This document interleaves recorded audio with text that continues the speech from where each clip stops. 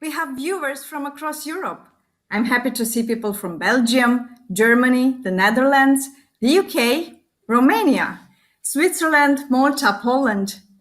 My name is Irina Varlan, and I'm the Managing Director of GIGAEurope, your host of today's event. Thank you for joining us in celebrating the launch of GIGAEurope, a new industry association that brings together private operators who build, operate, and invest in the gigabit communications network that enable Europe's digital connectivity. We have 1 hour and 15 minutes ahead of us to cover keynote speeches, a dialogue between our association's chairman, and a vibrant panel discussion. The discussions will focus on the connectivity providers' response to COVID-19, the lessons learned, what it takes to make the shift to the gigabit society, and what it takes to accelerate the deployment of gigabit networks and the uptake of digital services in a sustainable manner, economically viable, green, and inclusive. I am deeply honored and grateful to welcome our most distinguished guests. Mia Petra Kumpula-Natri, MEP, Vice Chair of the Special Committee on Artificial Intelligence in a Digital Age and member of ITRE. Anthony Whelan, Digital Policy Advisor, Cabinet of President von der Leyen, European Commission. And from our member companies, as keynote speakers, Mike Fries, CEO Liberty Global, and Nick Reed, CEO Vodafone Group. Also joining the panel, we have Jeroen Hoekamp, CEO VodafoneZiggo, and John Porter, CEO Telenet. The panel will be moderated by Jennifer Baker, EU correspondent. Jennifer will also moderate a short dialogue between our two co-chairmen, Joachim Reiter, Group External Affairs Director, Vodafone Group, and Manuel Konstam, Senior Vice President and Chief Corporate Affairs Officer, Liberty Global. Thank you all for being here with us and for your willingness to share your views. We want to co-create this event with you, so we invite you to ask questions during the panel discussion. Jennifer will give you more details later on. The launch of GIGAEurope is at the same time the beginning of a very exciting and new journey for me. I have been part of the telecom family for more than 20 years, working as a corporate executive in the regulatory and legal affairs for different multinational companies. Many of you out there would probably share my view when I say there has been never a dull moment. We have witnessed lots of turnarounds and innovations within the telecom industry over the past 2 decades. From the liberalization of the telecom sector to internet access, mobile telephony, Wi-Fi. It's hard not to be excited about this industry when it touches every aspect of our lives. It affects the way we do business, the way we govern ourselves, the way we keep in touch with those we love. Now, let me introduce you GIGAEurope, the voice of private investors in gigabit connectivity, an industry organization that collectively provides connectivity services to over 40 million fixed broadband clients and 130 mobile clients throughout Europe. It's most likely that many of you enjoy a high-speed connection from our members, whether you are in Norway, in Belgium, Germany, Cyprus, Portugal, the Netherlands, UK, or in Hungary. Numbers are always relevant, but allow me to show you in a short video how people connect. We feel it in our day-to-day life, in how we connect with our work colleagues, in how our children learn online, in how we benefit from remote treatment, and how we stay in touch with our elder ones. Our world, changing at an ever-increasing pace. Climate change, inequality and global threats like the COVID crisis are but some of the challenges we face. Our society is becoming a digital one, capable of connecting people, communities and economies. Online working and learning, remote healthcare and digital public services become the standard. The recent pandemic shows the readiness of the gigabit connectivity industry to meet the critical needs of society. But there's still a lot of work to achieve Europe's ambitious goals. Not all European households are connected or have access to very high-capacity networks. More innovation and investments are needed to make Europe carbon neutral and take leadership in digital technology. That's where GIGAEurope enters the stage. Our members are private investors who have invested in European gigabit infrastructure for decades and will continue to do so. The mission of GIGAEurope is to further stimulate investments in very high-capacity networks, Europe's backbone to a digital, green and inclusive society. We reaped the fruits of our members' long-term investments as the uptake of digital services spiked during the COVID crisis. Special measures have been taken to keep everybody connected, such as social tariffs, removal of data caps, and tailored connectivity solutions for hospitals and schools. We will continue to innovate and invest in gigabit infrastructure so that every European has access to the digital technology, connecting 100% of European households to very high-capacity networks, and the rollout of 5G in Europe are no small feats. These objectives will be achieved by a mix of public and private investments, a mix of technologies, fixed and mobile networks. It will require strong European telecom companies and further consolidation of the European telecoms market.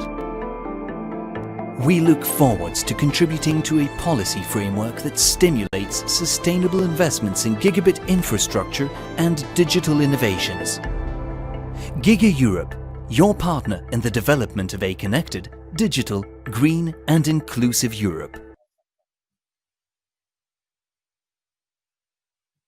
Well, if there is one thing to say after watching this video, is how connectivity really makes our lives easier, wherever we are, whatever our needs may be. Our members present today will go into greater detail on the impact of COVID-19, as well as share their views as to what policy support is needed to accelerate the deployment of gigabit networks. They'll allow me to already share a few numbers to picture the magnitude of the impact COVID-19 had on the uptake of digital services. Our members experienced a significant increase in data traffic, and this is confirmed by independent research company Omdia.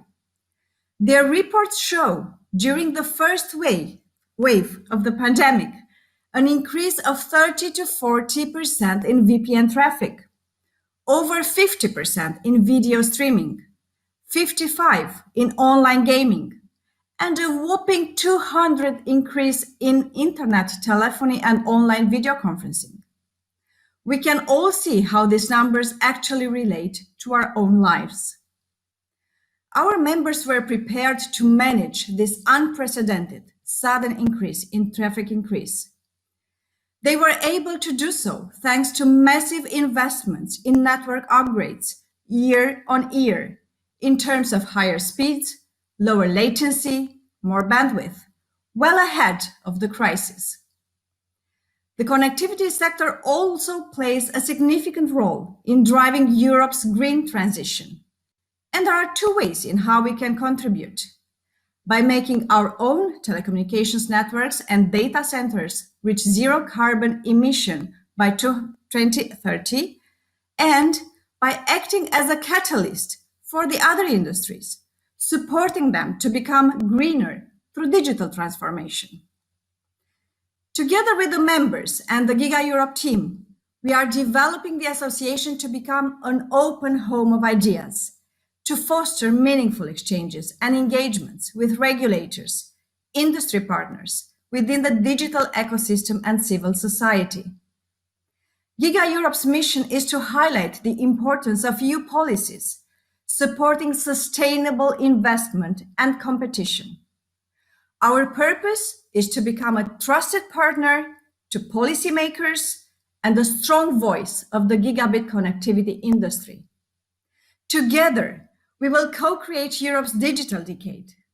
Together, we will be successful in investing and innovating in a digital, green, and resilient Europe.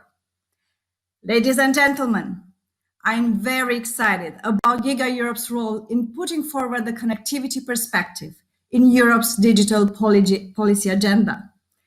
Without further ado, I wish you all an inspiring webinar. In a few moments, Jennifer will facilitate the Chairman's dialogue and the panel discussion. But first, I invite you to watch two keynotes from Mike Fries, CEO Liberty Global, and from Nick Reed, CEO Vodafone Group. Thank you, Irina. And I just want to say right up front how honored I am to support the launch of GIGAEurope and this first virtual conference. As many of you know, Liberty Global has been a principal member of this organization, formerly known as Cable Europe, for over 30 years. So we know how important it is for our industry to work together on the issues and policies that drive infrastructure investment, digital innovation, and economic impact across Europe. And what a critical moment this is for all of us. The pandemic only increased the need for organizations like GIGAEurope that are dedicated to making sure we all remain focused on what matters most: our customers. Families, businesses, schools, and hospitals across Europe need to know now, more than ever, that they can depend on us for reliable and robust connectivity. And GIGAEurope has an extremely important role to play as we shape a regulatory environment that will help Europe reach its full digital potential. Policy that is clear, balanced, and technology neutral. Policy that protects and incentivizes private infrastructure investment.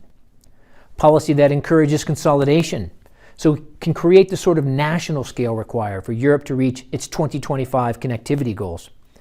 And policy that puts consumers first by prioritizing gigabit speeds, continued innovation, and access for all. Seamless gigabit connectivity, fixed and wireless, is the foundation for the digital transformation of European industry and international competitiveness. If we speak with one voice as an industry and work together with regulators, we will get there. I want to say I'm particularly proud of our very own Manuel Constam, who has been an instrumental member in driving the growth and evolution of this important organization. Thank you, Manuel, and your co-chair, Joachim Reiter, and Irina, for taking the lead on GIGAEurope. I believe I speak for all current and future GIGAEurope members and policymakers joining us today that we stand united in our ambition to drive digital and technological transformation that will secure Europe's competitiveness for many years to come. And importantly, to empower consumers, businesses, private and public sectors alike to make the most of the digital revolution. I hope you thoroughly enjoy the launch event, and I hope you leave inspired about the future of our great industry. Speak to you soon.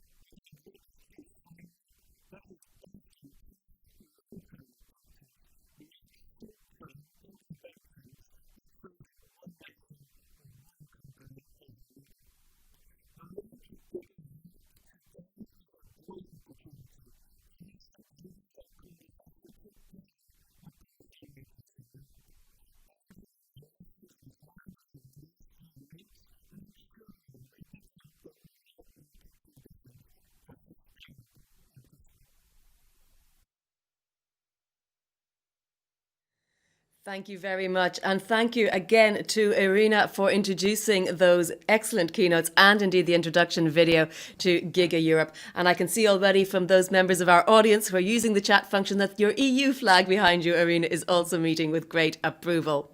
My name's Jennifer Baker, as Irina mentioned, and I'm going to be moderating the panel discussion. But before that, we have a section that we're calling GigaEurope Chairman's Rapid Fire Dialogue. And that's because we have only 10 minutes, but we do have, I will be happy to introduce again, we have Joachim Reiter, Group External Affairs Director of the Vodafone Group, and Manuel Constam, Senior Vice President and Chief Corporate Affairs Officer at Liberty Global. Gentlemen, thank you very much. As it is rapid fire, I'm not going to intervene too much, but rather let you discuss between yourselves exactly what these big important issues are. But first, I would like to know, Manuel, GigaEurope has grown out of Cable Europe. Can you tell me a little bit about that? And then we'll look at things going forward.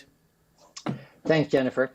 And good to see you all. Indeed, Cable Europe was the original founder of GigaEurope. Is built on the foundations of everything that Cable Europe has done in the past couple of years and decades, I should say. Cable Europe dates back to 1955 already, with a very sound expertise and reputation behind it. And for a long time, Cable Europe was really the voice for challenger infrastructure builders in Europe. And the transition to GigaEurope came quite naturally. Through the technological advances, through innovation made in the cable and the telecoms industry in general. There's been a transition to gigabit speeds, to end-to-end connectivity, high capacity networks using all kinds of technologies, and with a very strong focus now increasingly on the convergence of fixed and mobile networks. Cable companies that consolidated first, like Liberty Global and Altice, started merging with mobile companies, and Vodafone became an active investor in cable.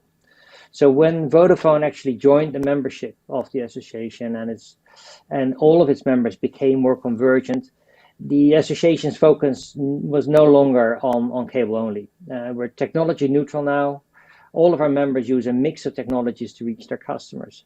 And we thought it's a good time now to relaunch our collaboration under a strengthened voice for private investors in very high capacity networks. And this voice is GigaEurope. Okay, thank you. So let's get to the meat of our discussion today, which is about how we're going to come out of this crisis, because we can't avoid the elephant in the room, as it were. So let me turn to you, Joachim. What is your position on what have we learned from this crisis, and how are we going to move out of it into a stronger telecom future for Europe? On your question, well, first, I think it's quite important to underline that we're far from out of the crisis. I think we need collectively, both as an industry as together with policymakers, to have a very frank look at how difficult it's going to continue to be for quite some time. We have a contraction of the Eurozone economic area of around 7.8%, according to some estimates. I worry deeply, and so are many others, around the unemployment crisis that are likely to gallop further once we get out of the furlough schemes that are luckily being extended by a number of countries. So we're in a really challenging situation. And then over above that, of course, the underlying health crisis that is still ravaging across Europe. I think from my perspective, there are four learnings I would like to highlight, coming from where I sit and from the industry as a whole. First is what Irina referred to. I mean, the industry really stepped forward, and I'm proud to say to have been part of that. I think a lot of people working in this sector felt very strongly that they had to do everything in their power to support citizens, other businesses, as well as governments in managing through the crisis. And Irina gave some proof points around the level of capacity expansion into networks, where all of us depended for some form of normality, in some cases, actually for maintaining any connection to the outside world, that we relied heavily on gigabit networks that we have deployed. And this gives us, this leads to my second learning, which is actually, I think all governments as well as the sector has realized how essential the gigabit networks and high capacity networks are going forward. So clearly that then leads to the third learning, which is, yes, we did really well as an industry as well as countries, but clearly digital is becoming a new dividing line in our society. So we need to have those that are not enjoying gigabit speeds, those that are not enjoying the services that you can build upon high capacity networks, run the risk of being left behind. And then the fourth thing, which I want to call out quite bluntly, is around the fact that we as an industry, together with policymakers, formed a partnerships, probably for the first time, in the sense that we buried a lot of the usual arm's length distance that exists between industry and government, and came together and figured out a number of solutions, be it around traffic management when we were dealing with the spikes, to how we are going to use mobility insights to flatten the curve for our citizens and fight the virus in a more effective way. So there were a lot of learnings out of that. So if I would then have to call out where we will need to go from here and really drawing on those learnings, I would call for a genuine partnership across the industry with policymakers around understanding how gigabit networks form the foundation of the digital decade that Europe has set out to achieve in three layers, both with respect to empowering people and to have targeted interventions, including in digital literacy and upskilling and reskilling, which the Commission has rightly pointed out.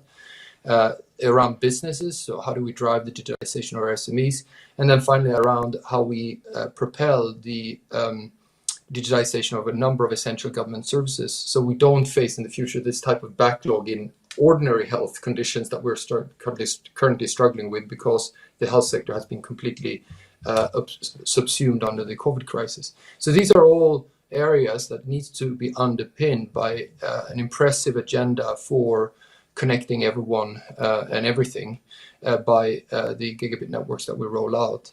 And in that context, I just want to call out, and I was very happy with the video that Irina showed, of also underlining the importance that I believe that gigabit networks plays in the carbon enablement and the green transformation that we're looking at in Europe. So there's quite a lot of learnings, provided we have the courage to be quite frank about it, and also to park some of our long-standing approaches and form new partnership and be bold in our ambitions. Thank you. I think you've covered quite a lot there quite quickly. So thank you for that. Mano, I presume you agree with a lot of that. What we can do as an industry together with the policymakers around us. And from my perspective, first of all, what we need to do in the European Union in particular, but all of our European countries, is completing the internal market and certainly also all of the harmonization of standards and technologies. A lot has been achieved, but more definitely needs to be done. We're looking at the implementation of the new code. And as always, we see differences emerging between markets. We see a tendency among some regulators to micromanage this industry. And it should be big picture again. Also in competition policy, we should continue our quest for scale, in-country and cross-border scale, really essential to accelerate investments and innovation in Europe's high-capacity networks. We also need some new reform and new regulation which is fit for purpose, carefully balancing the need for to drive growth and investment in European values and trust in areas such as artificial intelligence, IoT, data, competition rules. They all need to fit for the digital age, and we know that the Commission is working hard on this, and we're actively cooperating with them. Finally, we know that the recovery funds, which are coming, hopefully, if the political differences can be resolved, will make a very, very significant difference in helping, in particular, SMEs to become more digitized. I think we're doing our best with our industries to connect all the SMEs, but there's still a significant digital skills gap in Europe to create more resilience in government services, e-health and education, but certainly also in the digitization of the SME community, of which we know there are still millions of them who are not digitized. And if only we could bring a couple of 10-20% of them across the digital line, we would unlock tens of billions of value and creation of countless of jobs. So together, I think with a policy community, we can create a real new digital decade. Thank you. Well, I think you answered probably any question I might have asked you in that.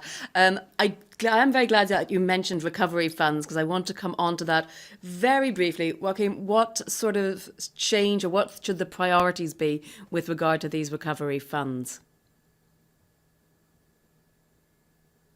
I think the whole of the industry strongly supports the Commission's prioritization of the two twin transitions on digital and green, and the 20% allocation to digital is the right thing to do. Secondly, I think it's important to understand that this crisis has brought to the fore the need of democratizing tech. It's not necessarily the next shiny toy that makes the difference. It is the availability of high capacity networks and quite some basic digital tooling that reaches the broad masses of our society that then lifts everyone up. And in that, I would say, we need to overcome the current galloping investment gap that we've had for quite some time in Europe, and still ranging around 42 billion per annum in 2020 in terms of the investment gap. That means that the recovery fund needs to unlock the private investment in Europe, and it's only going to do that, in my view, if it is also combined with the policy reforms that is going to address the core of why there is an investment gap in Europe, which is, in the end, European industry has less return on capital than the cost of capital. And as long as that's the case, that's going to be difficult to really build up a significant increase in private investment. So coming then to the policy reforms, you then link back to what Manuel said. So that is what I would plea, that governments in the 20% allocation of digital to understand that it's really reaching en masse with digital tooling, and to make sure that you have the right attention to the digital infrastructure that is required to underpin that transformation, and to deal once and for all with the investment gap that Europe is still struggling with. Thank you very much. Thank you very much, both of you gentlemen. That was certainly rapid fire. I am extremely impressed about how much ground you managed to cover in just 10 minutes. So thank you for that. You've also helped frame what's going to be our debate for the panel session. Now, this panel session, we have got 4 excellent speakers for you. We have speakers from the policy side, from the EU, as well as representatives of members of GIGAEurope as well. Now, if you're watching this online, you will see on the box at gigaeurope.eu/live. Underneath the feed there, you will see a box. You can type in your questions and I will be able to check them here, and we will do our best to put them to the panelists. Please try to keep them concise. If they're specifically for one panelist, if you could indicate that, and if it's for the whole panel, please indicate that as well. So it is my pleasure to introduce Mia Petra Kumpula-Natri, MEP and Vice Chair of the Special Committee on Artificial Intelligence in the Digital Age in the European Parliament, also a member of the ITRE Committee. Anthony Whelan from the European Commission is Digital Policy Advisor in the Cabinet of President von der Leyen. Jeroen Hoenkamp is the Chief Executive Officer of Vodafone Ziggo, and John Porter is Chief Executive Officer of Telenet. Thank you all very much for joining us. And it's really about how things have changed with this corona crisis. We've seen huge increases in the use of connectivity services. I mean, we've seen something like 30 to 40% increase in VPN traffic, more than 50% increases in video streaming. So what do you think are the key lessons that we are learning coming out of this, if we are indeed hopefully reaching the end of it? Perhaps Anthony. The question was, with the huge surges in data flows that we saw through various metrics, through internet exchanges and plenty of other places in the first confinement period and since, what lessons do we learn and where do we go from here? Well, first of all, it is clearly that a message that the European Commission has been espousing for some time is shown to have been far-sighted, that we do need progressive upgrades of our networks, and preferably before the demand accumulates in a surge, because we see that clearly lifestyles, work styles are transforming. The pandemic was, of course, a very particular trigger. But what it is showing us is that certain ways of working and living are possible, even have upsides, and people will not all be going back to how it was before. So I think we now have a demand signal to industry that these sorts of levels of traffic are likely to be maintained, and therefore infrastructure needs to be built to meet that, including in the surge conditions. I think we also have a message to public authorities that in areas where the market cannot reach for the new normal lifestyle, including for types of economic growth that can be underpinned with remote working, it is more urgent than ever to support industry rollout with various types of public support, only where needed, of course. And that's one reason why in the European Recovery Plan, we have put a lot of emphasis as one of our flagships that member states should integrate in their national plans, the connectivity piece. Thank you, Anthony. Let me turn to John and get your position. What new insights do you think we have gained in recent months? Well, I think first and foremost, we've seen the long-term viability of hybrid fiber coaxial networks in servicing this unexpected increase in demand. Many of us launched 5 years ago or more ago the plan to take all of our network to 1 gig. It's very straightforward, and the step-in price to do that is quite reasonable.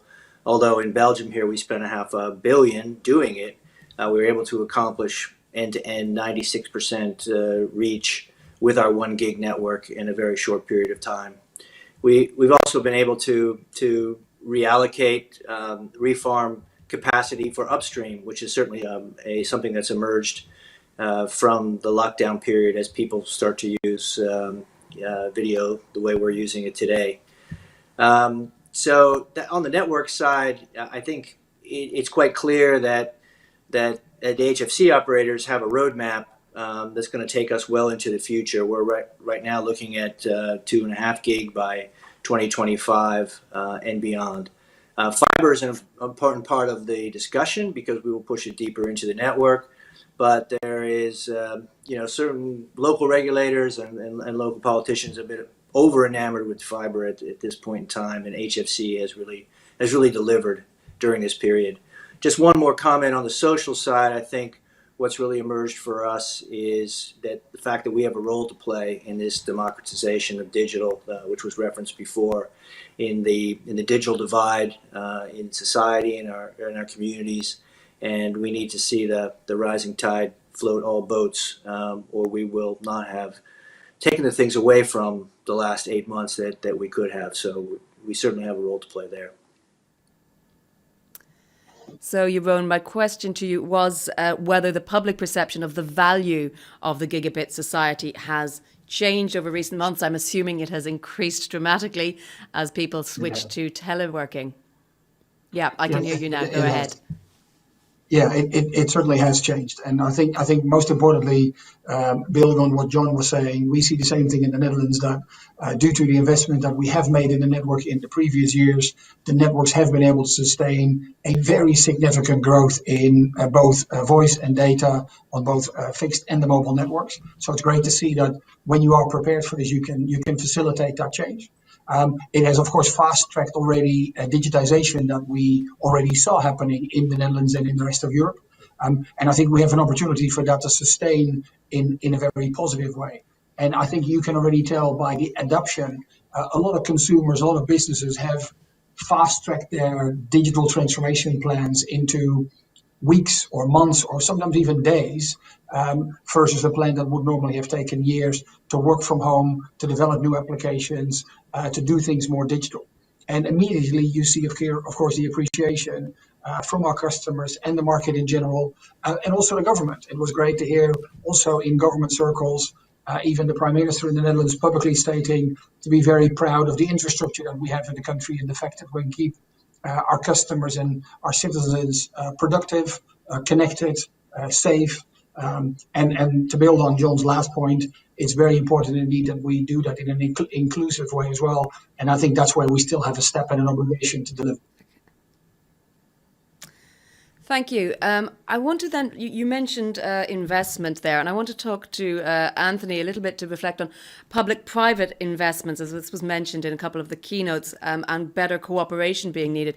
Do you see that there's a gap? Are there different models we should be looking at, or is there really an opportunity for these PPPs to develop further and be part of the solution? Yeah, well, and as I already said, that there is clearly a role for the public purse in areas where the market would not go it alone. And in a way, whenever you have public support to networks in less marketable areas, they're different. structure is possible, but it is ultimately a kind of public-private partnership. It is normally still a private provider that will do the rollout, and they normally have the skills and the equipment, experience, you name it. But the role of the public hand is often not just one of providing money where it would otherwise not be a sufficient investment case. And really, the public authorities at all levels should approach the whole idea of network rollout from a partnership spirit. That is to say, within reason, because of course there are other public values to be protected, environmental ones, road safety, you name it, as people are digging streets or whatever. But there's an awful lot that public authorities can do to make the investment case easier, and actually to limit the number of cases where public money is needed to somehow close the gap. In the midst of the crisis in September, we decided to give a push in this respect with our recommendation toolbox to member states to facilitate rollout through things that are not covered by the Broadband Cost Reduction Directive, but which are available. They are quick wins in terms of smart authorization, of better access to public information on different infrastructures already available. This is an opportunity that is there for the taking if we want to go beyond Sunday speeches about facilitating broadband rollout. Well, I have a very specific follow-up question, Anthony, for you. I've seen coming in from our audience that are connecting online. The comment has been made that many member states may miss the deadline for the Electronic Communications Code transposition. Do you know what will this mean going forward? Well, I mean, that's a legal obligation in the first place, and therefore it puts any member state, be it on the whole code or on specific things like the spectrum assignment deadlines, it puts them, of course, in a situation of infringement. But what is much more important, I think, is that delays in this respect create uncertainty for businesses that have to make decisions on rollout. It creates uncertainty for consumers because a certain number of provisions were adopted in their interest. So I think first and foremost, those authorities have to explain themselves to their own communities, and not just to faraway Brussels, as to why this isn't happening. Thank you. Mia Petra, I'd like to get your position on what you think is most key and most needed to build this gigabit society that we're talking about. Is it something to do with investment? Is it partnerships? Is it perhaps an uptake in skilling? Where do you see the position now? I think we all should concentrate our economical recovery after the COVID. And then I so much agreed what the friend Anthony Whelan said, and then European Parliament and Commission has been very much aligned on many of these issues. But if I have something to add here is that the demand side will now increase a lot. That was the previous term when we were regulating the code and electronic code communications and how to ask for the more investments. The question often was that the demand side is not growing enough. And what COVID did, now we can see that how much data society can help. And there's no data society if we don't have connectivity everywhere. So I call for the investments and then the culture of data sharing and also the skills on all the levels, the very high up, the analytics, but then also in every single company and community to see the possibilities once the investments on the infrastructure is done. So the demand side was something I wanted really to add here, that it is there. And it's also pushed by the EU regulation on the climate friendliness, energy regulation and shift, housing, how to make smart cities, educational needs, all these. Well, I would like to talk first, John, and then Jeroen, on this question of investment and what sort of models are best to stimulate growth. We've seen that about 20% of the recovery funds will be dedicated to digital. Do you see that as a particularly big boon? What difference will that make from a business perspective? John, first, please. Well, we definitely see ourselves as playing a role in digital acceleration, and the last period has really exponentially increased the velocity of the requirement for not just individuals but businesses to take up business applications and to quickly move into the future technologies, cloud, AI, these types of things. We're a challenger in the B2B market, and so we feel that part of our strategy is to really provide the human touch. We're here on the ground. We have people who work with our business clients and also governments and small governments on their digital transformation agenda. That's something that we can do. That's something where we feel we could do more if we could co-create and share in some of that support that's going to be on the table going forward. So I think that's an important role that we can play, and that's something that we're more than willing to do. Thank you. Jeroen, your take on this. How important are things like recovery funds, or are there other models that are better? Funding is of course important because the foundation of everything we are basically talking about is to have the right infrastructure in place. And if I can take us back sort of like in the Netherlands over the last 2 decades, I think the Dutch model, I guess, has proven to be a good model to show that you can have infrastructure competition between the incumbents and challengers like ourselves, and that then the market effectively caters for the connectivity demands of customers and businesses. So we now have a market where we have 3 nationwide mobile networks, most of them ranking in the top of Europe, 2 nationwide fixed networks. And this has been able to happen, and it doesn't just happen because you do need the right parties that are willing to invest, both incumbent and the challengers. But of course also, and I think that's where the Dutch model has proven to be really effective, an environment where you attract that level of investment. And I think the Dutch parliament has done that really well. So we have very good 5G coverage already, almost the whole country. We already are delivering 100 meg download speeds to basically all the households. We can, as Vodafone already do that 500 meg to all households in our footprint. So we're very close to delivering the targets that Europe is setting us by 2023 today. So I think in the market as a whole, all parties are well positioned. Now, why is that? I think we've had consistency and clarity in the policy making. So there is a climate where you are able to invest.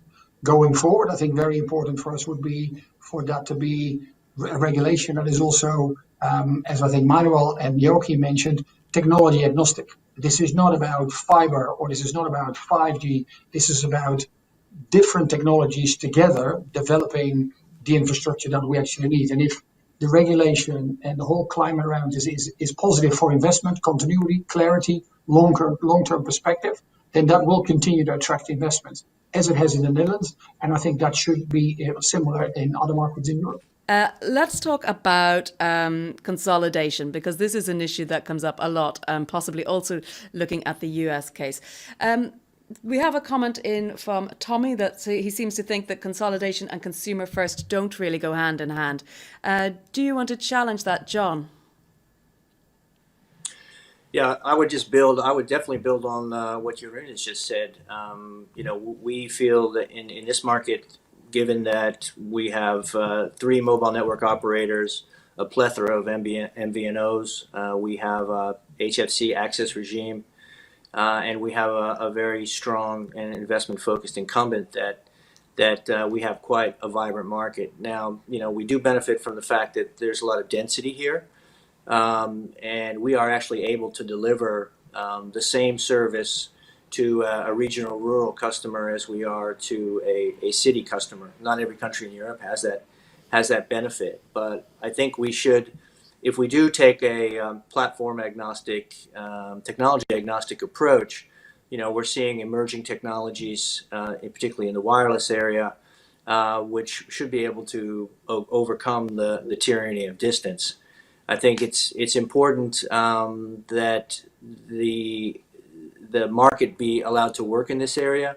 Of course, there is a balance, and we've been able to strike some interesting, back to an earlier question of yours, public-private partnerships to deal with whiteout areas where we have, for example, traded off a commitment on pylon taxes to actually redirect that investment into covering these white spots.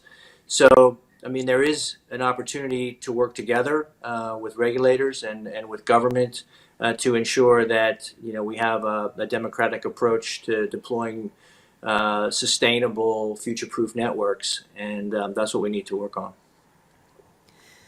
Thank you. And Jeroen, so from your perspective, what does an ideal landscape look like, an ideal European telecom landscape across the whole bloc look like in, say, 5 years from now? Is the question ideal, or is the question what do you think it will look like? If you say ideal, I would say you definitely need infrastructure competition. You definitely need competition at a retail level. So you need enough players per market for this to indeed be good for the citizens, for the consumers, and for the businesses. And at the same time, you need those fewer players. You need to give them the space to invest. You need them to give them, like I said, that clarity around what is the climate going to be, what is the regulation going to be, that will attract them the funding. So I think what you'll see happening then is that fixed and mobile will continue to converge. The Netherlands is very converged. Southern European markets are very converged. Belgium is already there. I think that is what the world is going to look like. I think a few years from now, you will see fixed and mobile coming together, an overlay maybe of content, because consumers don't particularly care about technology. They don't even, in many cases, don't even know what fiber is versus HFC or cable or 5G versus 4G. And they don't care, and nor should they. They want to be able to consume content anytime, anywhere, any place in the most effective and easy way. And we can deliver that by bringing the technologies together, fixed and mobile platforms, content, put a service wrap around it. And then I think we will be able to deliver the best possible service to our customers. And okay, of course, it does start with the foundation, which is gigabit networks across the footprint. That should really be the priority, to attract the funds, to allocate the funds for those infrastructures to be provided. And then we can deliver the great services, which I predict would all be converged going forward. And then lastly, where we started talking about, and we don't talk about it enough, is to make sure that we don't create a digital divide. So we, as telecoms providers, but certainly together with the government and other parties, we need to make sure that we bring everybody along on this journey. Otherwise, there's going to be a massive divide between the digital haves and the digital not haves across Europe. And I think that could be very damaging for society and for economic growth. Anthony, what is the Commission's position on greater consolidation? Has there been a change in thinking? What do you think it means for digital transformation, for competitiveness? Yeah, well, there shouldn't be a change in thinking, because we apply the same rules and we try to apply them objectively. What we do is we look at the facts and try to apply the rules to the facts. So there's no particular religion. Of course, it is always easier to do consolidation across borders from a competition point of view, because you have fewer competitive constraints being brought under the one roof. But for those cases where companies are looking for in-country consolidation, I think we have seen that the Commission is scrupulous in looking at whether the pre-existing competitive landscape was a sustainable one and would have provided additional investment, competition, consumer gains, and business gains if it kept forward. But where it concludes that that is not the case, for example, as in the Dutch mobile merger, then it draws the conclusion from that. So it really is tailored to the facts of the case. And the facts, of course, may evolve even within the same national market as technology changes, as investment demands perhaps increase with new technology generations. So of course, we keep revisiting this as cases come along. But the ultimate test is still the same one. Which market structure, the one pre-merger or post-merger, would be the more beneficial for customers across the dimensions of price, of quality, of choice, of innovation. And I think we all agree that those are the right metrics. Thank you. Well, we've talked quite a lot about investment. We've talked about now consolidation. John, I wonder from a practical point of view, as leaving aside those issues, what Europe could do to rationalise and harmonise the many local initiatives in Europe to reduce the cost and the time to deploy gigabit networks. Yes, I mean, we certainly could use some strong horizontal regulation to level the regional differentiation in regulation, and we have the national regulators have received good guidance from the EU on various important transactions. I mean, I would use just a couple of examples from the Belgian case, where differential regional regulation and down to municipal regulation is hindering our ability to move forward on this very progressive roadmap in the area of 5G. We're a long way from having a spectrum auction, and it's not just because of the lack of government, it's because there are regional differences in expectation on how the proceeds are going to be distributed. There are regional differences on emission radiation norms, some of which are not feasible in the 5G environment.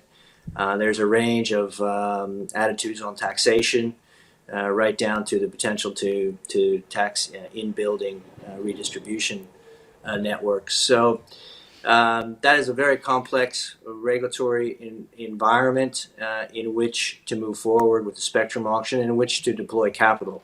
So when you have situations like that, we certainly could use more proactive involvement of the European Commission, and I think from time to time, they have engaged with the national regulators on these types of subjects. On the fixed side, we also have a lot of roadblocks to the continual deployment of network, particularly civil engineering and these types of things. So anything that can be done to modify regulations so that it's universal, it's uniform. We know it's going to exist, but it needs to be predictable and sustainable environment for us to invest what is an extraordinary amount of capital. I mean, the roadmap ahead is not for the faint-hearted. There's going to be billions invested in pushing fiber deeper into our networks. There's going to be billions invested in 5G, and a stable regulatory and taxation environment, which of course the national regulators are also very responsible for, is absolutely imperative. Thank you. I take it, Jeroen, that you would agree with quite a lot of that. What do you say to some of what John's just been suggesting?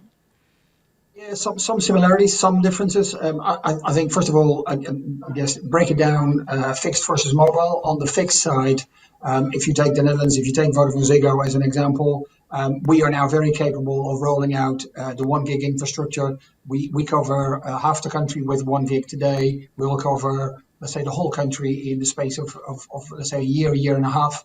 And we can do that without really digging. We can upgrade our HFC cable fiber network by doing what John basically said. So I think there we are in a good place. And also when you look at fiber, there's many parties that are currently working very hard to put more fiber in the ground and make it available. So I think we have the right dynamics in place. On the mobile side, however, I'm a bit more concerned, simply because there is more regulatory uncertainty, what we talked about, and therefore lack of investment security. And Anthony was already talking about, well, are the countries on track to acquire, sell spectrum and roll it out? No, the Netherlands were late. The 3.5 gig frequency is not going to be available until at least 2022, and then only partial, and the rest is later. That is a real concern, that to be able to drive to the speeds that 3.5 gigahertz can deliver, the real 1 gig mobile, which is the foundation of all the sort of like future business and consumer development, and IoT, it needs to be unlocked. And that goes for us, that goes for many other markets. Secondly, not too dissimilar from some other markets, we see on the mobile side that the Dutch government has chosen to go for a high auction revenue model, i.e. distract a lot of money from the industry, which then goes into, let's say, the government fund. But all that money is now no longer available to actually roll out the networks. And I think that is a concern. There are cleverer ways to do that than we do now.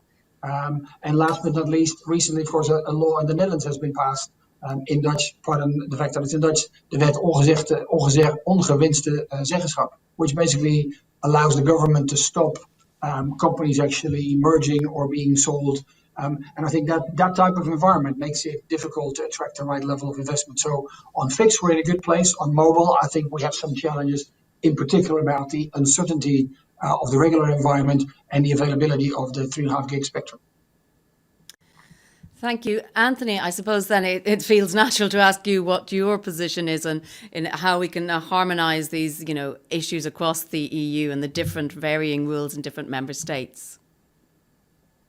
Yeah, well, I mean, it will always be a mix of European, national, and in some respects, local activity. I mean, the planning issues are very often handled at a local level, and there are good reasons for that. So one has to approach that carefully. It's why, for example, when we sought to facilitate rollout of 5G with the most innocuous pieces of equipment, namely small cells, we have framed it very carefully as to what can escape local authorization requirements, and that there can still be general requirements of aesthetic and other criteria so that they fit in, as it were. More generally, if we jump to the spectrum piece, obviously we are disappointed always when we hear of member states that are not able or have not, as it were, made themselves able to reach the deadlines put for the 5G core bands. And that's something we pursue very actively with the member states to try to move that along. And then at the national level, of course, to get back to the earlier question, the Electronic Communications Code is supposed to frame in a more modern way the mission of national regulators and how they interact with the sector, and still leaves plenty of national discretion because the markets still are quite different in many respects, but is a benchmark that needs to be used. So looking forward, assuming the code will be transposed, even if, as said, with some delays in some countries, the next thing is really to look at types of national and local regulation, which are not direct telecom regulation, but are rules regarding deployment, regarding construction, civil works, and so on, which can still be improved. And that's where the review of broadband cost reduction directive will come in, and where, as I said earlier, we tried to move states already forward on a best practices basis with the recommendation we adopted in September. Thank you for that. Now we just have a few moments left, so I'm going to ask one quick last question to the panelists. Unfortunately, Mia Petra has sent her apologies that she can't get reconnected. So just to the remaining three panelists, I want to come full circle and ask again about the importance of resilience. So if you could just sum up in a sentence or two about the importance of resilience, from the question we first began with the fact that we have had a crisis, and then bearing in mind all these other issues that we've discussed in between. Jeroen, let me start with you. Just your final thoughts in a sentence or two. Yeah, well, I can be really, really short. I think the availability of, let's say, high capacity, high speed infrastructure is essential. And then the most important thing that customers really want is for it simply to work. So the availability, the stability, the continuous performance is everything. Because we talk about digital transformation and all the beautiful applications, but when the connectivity isn't there, or it isn't there in a reliable fashion, then everything else is less relevant or doesn't matter at all. So I would say the availability and the continuous availability of that network is absolutely essential. That's the first thing that we need to put in, literally into the ground, if you wish. But more importantly, let's not take that for granted. The fact that we have great infrastructures in Europe, and certainly in some markets, is not a guarantee that that will be. We still need to continue to create that climate that attracts the investment and allows us to operationalize that, and then we will take care of the rest. We love doing this stuff. Thank you. Anthony, your final thoughts on the theme of resilience, please. Yeah, well, I think Jeroen already summed up the key requirement. It needs to be there in the surge. Let's look first on the bright side. The networks were able to deliver things that we perhaps didn't expect when the first surge came. But clearly, in order to do that without having to ask streaming service standard definition and other things that were done back in the spring, then the investment needed in order to maintain and respond to customer expectations and demand, not just for entertainment, but really for business critical activity, there's still work to be done. Thank you. And then, John, the final word for this panel goes to you. So, certainly I can concur with the requirement for resilient networks, but let's go beyond the network and talk about human resilience. I think what we've learned over the last few months is that in addition to keeping the signals going, that we have a role to play to keep people connected, to help with their adoption of digital tools, and to support the democratization of digitalization. People from 9 to 90 to 100 are using the tools that we make available to them, and so we have a role to play beyond getting a signal to the modem. And I think that's something that we take very seriously, and as a company and as an industry, we'll continue to double down on that responsibility as we move forward. Thank you very much, John, and thank you, gentlemen, as well. Thank you also to Mia Petra Kumpula-Natri, the MEP, who persevered despite many connection issues. And thank you all for watching as well. There were many questions. I'm so sorry you didn't get a time to get to all of them. But of course, this is a huge area. And as today is a launch, it's not the last time you're going to have the opportunity to interact with GIGAEurope. There will be many opportunities in the future, I'm sure. And with that, I will hand back to the MD of GIGAEurope, Irina Varlan, to give us your thoughts and maybe wrap it up for everyone who's watching. Thanks, Irina. Over to you. I saw our audience was very active, and we thank you all for the questions. We do apologize for the technical issues. Huge thanks to Mia Petra and Anthony for joining us today and for sharing their views on the future of our sector. Many thanks to all the speakers and, of course, to all of you that have followed this event. I look forward to connecting with you in the future. I wish you all a great evening. Take good care of yourself, and thank you. I don't know whether you Please, had planned that. Yes, okay. Just from our side, there have been a few growing pains, I would say, in the coming about of this conference. First of all, of course, the whole Corona situation itself, which prevented us from having a proper physical launch event in Brussels, and we owe you that one. We for sure we will do that in somewhere in the coming months when the situation gets back to a bit more normal. We've all come to use Zoom and WebEx and all those other services quite extensively. This one clearly was a bit more of a challenge, but I hope nonetheless that it was certainly of use and value to all of you. Thank you very much, Irina, for doing this. Also, you just wanted to call out one person. GIGAEurope has designed and is continuing the work of a lot of people, but most importantly also the work of Caroline van Wede, who for almost 15 years, worked very hard to represent the industry in Cable Europe, and I just wanted to call her out as well. And from my side, and I'm sure everyone and the membership will echo that, we wish Irina all the best in getting this organization as a very, very strong voice in Brussels.